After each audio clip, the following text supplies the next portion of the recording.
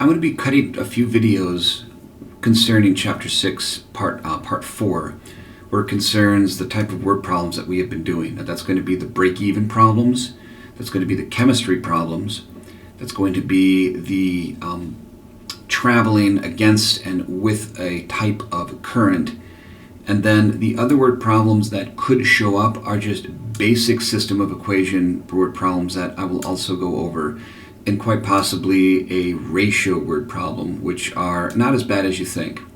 So here are some random break-even problems, and notice again that they're all basically the same. There's only so much that I can basically show you to take notes when it comes to doing a break-even problem. In fact, if I show you one break-even problem, they're all going to be the same. When it comes to taking notes on something like this, you simply write down the problem, you write down the steps, and then you write down anything on the margins that you might not quite understand. Why did this step happen? Why did that step happen? And then you can always come to me and ask, why are we doing it this way? And you can always ask that in class as well. The basic idea here is that we have to understand how to put these things together, and they're always going to have the same form. So a printing machine costs $450, and it's going to cost $21 to make a shirt. That right there gives me what's known as my expense. Okay, so that's going to be my expense. The expense is, well, it starts off at $450, and for every shirt that I make, it's going to cost me $21. So 21 times X plus 450. This gives me the amount of money that I am spending. And I don't know if this is per month, if this is per year, if this is even per day. It doesn't necessarily say. So we really don't know what it costs. I mean, a printing machine maybe just costs $450, so that's a one-time payment. So how much does it cost for me to basically break even on that one-time payment and start actually making a profit? Well, I'm not going to know what my profit margin is until I actually know what my income is. I already know what my expense is, and that's what this is. But I don't know what my income is. Well, what is my income? Well, my income is how much money do I make per shirt? Well, that's $30. So as you can see, this is a slope-intercept form equation, and this is a direct variation equation. They're all going to look like that, at least the ones that I am going to be giving you. Now, there always are going to be variations on a theme with any math problem. With any of these problems, there is always a variation on a theme. But right now, we are going to stick with the basics. So the basics here is, what is my expense? That's going to be in a slope-intercept form. And what is going to be my income? Once I know what my expense is and once I know what my income is, when X and Y are exactly the same in both of these equations, that's when I break even. Now, could you do this in your head? Possibly, but here's the problem with that. You would have to start thinking, okay, well, 21 times 1, 21 times 2, 21 times 3 plus 450, and then you would do 30 times 1, 30 times 2, 30 times 3, and you would keep doing that until you reached a point. And it kind of matches that same idea that we did when we were graphing. You would probably be graphing points on each line until you eventually reached a point that was the same for both, if you were to graph both of these equations. Now, you could definitely do that in your head, but it would take too long, and you're going to waste a lot of valuable time in the exam, and you're going to turn the exam in and say that you didn't have enough time. I'm telling you that the fastest way and the only way that you should be thinking about this problem is that you should be thinking about making equations and then solving for equations. Because if we can't get used to doing that, then you're not going to be able to get good at a word problem. Trust me, I was terrible at these things because I couldn't figure out how to make the equation. Once you understand how this equation gets put together and how the equation describes the problem, then we can actually move forward with creating these equations and making them very easy to understand, and then I can solve. But if you don't understand how these equations are put together, then we can't solve this without going through it in the long way. You'll be doing this the long way. And if I ask you for an equation, you'll be at a loss of what answer to give me. These are the equations. And I'll go over number 2 to show you that they're exactly the same. So now I need to solve for this. And how do I solve for that? Well, I'm going to solve for this by using substitution. So 30x is equal to 21x plus 450. I'm going to subtract 21x from both sides, and so that's going to give me 9x. That's going to be equal to 450. 9 goes into 45 5 times, and that leaves me with x is equal to 50. If x is equal to 50, then y is equal to 1500. How do I know that? Because I plug 50 into x. 30 times 50 is 1500. So how many shirts do I need to sell to break even? That's this number right here. What is going to be the ultimate income before I start breaking even? I need to make $1,500 before I start breaking even, or I need to sell 50 shirts before I start breaking even. And here we can show our answer, 50 shirts to break even, and here we can show our work. And it's going to match exactly the same thing that I wrote down. It's going to have revenue costs, solve for x. Now notice that they skipped a few things. They didn't really set up the two equations. So not a big fan of this particular website. They didn't set up the two equations for you. But you can always skip a step, I suppose, and set up these two equations. At least that at this equation, we know what the two equations would have been in the first place. Same thing with number 2. In fact, I'm going to show you exactly what happens when we do number 2. So we have the same thing. Sarah starts a bakery and invests $10,000. Well, you know what? And let me just see if I can make this a little bit bigger. That's going to be this 450, and that's going to now be this 10,000 value. That's what I initially started at. And I sell each loaf of bread for $3. And the cost of ingredients for each loaf is 50 cents. So the cost of ingredients for the loaf is 50 cents. So it costs me 50 cents to make a loaf of bread. One loaf of bread. So I'm going to do 0.5 times x plus 10,000 in equipment. That's my expense. What is my income? Well, it cost me $3. Or I'm going to sell each piece of bread or each loaf of bread for $3. So y is equal to 3x. So now next thing I'm going to do is I'm going to erase this. And we're going to solve this problem in exactly the same way that I solved number 1. You'll notice that it's the exact same idea.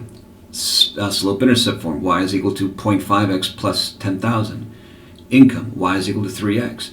All I really did was I took these values and I plugged them into their corresponding part in the equation. This refers to what I need to make my product, and this refers to my initial cost. Before I even start making anything, that's my initial cost. If I start a bakery and invest $1,000 in equipment and supplies, I haven't baked anything yet. That is my initial cost. I haven't baked anything, and now when I start baking, I need to add that initial cost to the amount of bread that I have baked. Then I start selling, and I need to figure out how many loaves of bread is it going to take before I actually reach my break even. And it's going to be a lot because of that 10,000 initial investment. So again, we do the exact same thing that I did before. 3x is equal to 0.5x plus 1,000. Now, I don't like this 0.5x. In fact, what I'm going to do is I'm going to multiply everything by 10. Now, if I do that, everything gets multiplied by 10, not just one thing. That's not how algebra works. I have to multiply all of this by 10. So that's going to be 30x plus 5x plus 100,000. I'm multiplying everything. This by 10, this by 10, and this by 10. Everything by 10. What happens when I have 3 times 5 is equal to 15 and I multiply everything by 10? Well, that's going to be 30 times 50. Well, actually, that's a bad example. How about 3 plus 5 is equal to 8? If I multiply everything by 10, that's going to be 30 plus 50 is equal to 80. It's the same thing. Okay, it's the same thing. So I now have 30x plus or equals 5x plus 100,000 this time. I'm going to subtract 5x from both sides. That's 25x is equal to 100,000. So that's 25 into 100, which is 4, and I'm left with 4 more zeros. So x is 4,000. So I have to bake 4,000 loaves of bread before I break even. 4,000 loaves of bread. I can do this all day, just like Captain America says in the movies. I can do this all day because the process is exactly the same for every single one of these problems. Now, do number 3. Pause the video right now. Pause the video right now. Do 3.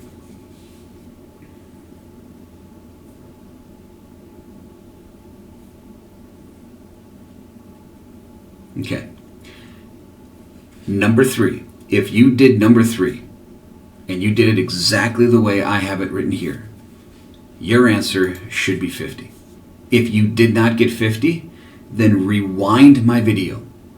Go back to the beginning and try again. You have no choice. You have to do that. It's very frustrating. It can be very daunting, and you can just give up. And if you do, well, then you're not going to get those problems correct. You're not going to get the A that you want. It requires work. You have to put the work in. You need to do it now because it's going to get worse as the math gets harder. Geometry gets harder, Algebra 2 gets harder, Pre-Calc gets harder. The math is going to get harder. The math right now is very simple to do. Don't give up on word problems just, right now. Keep working at it. Now, if you did not get it and you started reviewing and now you're back here again and you did 3, now you got 50. Do 4. Do 4 right now, stop the video or pause the video, do 4, and then come back when you're done. Okay, now if you did 4 and you did it correctly, the answer is 40. Did you get it? Because if you did, congratulations. You're now getting to a point of understanding and getting that familiarity. We're not quite at familiarity yet. You're going to get familiarity with number 5. If you are still not being able to get this, then I suggest a tutorial with me. Something is not clicking. I'm not quite too sure what that is, and I can't really figure that out on a video. So now we're going to do familiarity. Do number 5. Pause the video, do number 5. Okay? Now that we've done number 5, because it's exactly the same as everything else, here's the answer. Did you get 20? If you have gotten 3, 4, and 5, I would say that you have familiarity. You might not be master or proficient at it. Don't go skipping, steps. Don't go straight to thinking that you're a master at any of this stuff. We're not there yet. You're a master at this stuff when you're constantly getting it every single time. And you have no doubt in your mind that you're doing it right. You're doing it you're being just fine.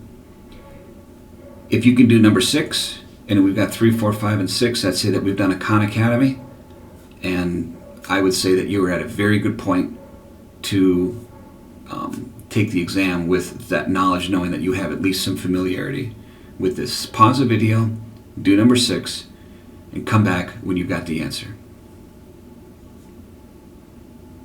Okay. Did you get, for number 6, 22? If you did, congratulations. I think that you're at a good point now for studying. You have to keep doing this over and over. So I hope that this has been somewhat helpful. I did the first 2. You can't take any more notes beyond the first 2. 3, 4, 5, and 6 is just a repetition. I'm just repeating myself if I give you notes for it. It's just a repeat. It's a waste of your time and a waste of space on your notebook. It's just the same thing over and over again. So go through the first 2 if you're still having problems, and then do 3, 4, 5, and 6 again. And go through them 100%. Make sure the math is right. Make sure you get 50. Don't push it to get 50. Make sure you get 50. What I mean by pushing is that you're going to invent things. The math is clean, the math is right, and you get 50, and you understand why you got 50. That's what studying is all about in math. If you have any questions, please come to class and let me know what's going on. I'm going to do another video, this time for chemistry.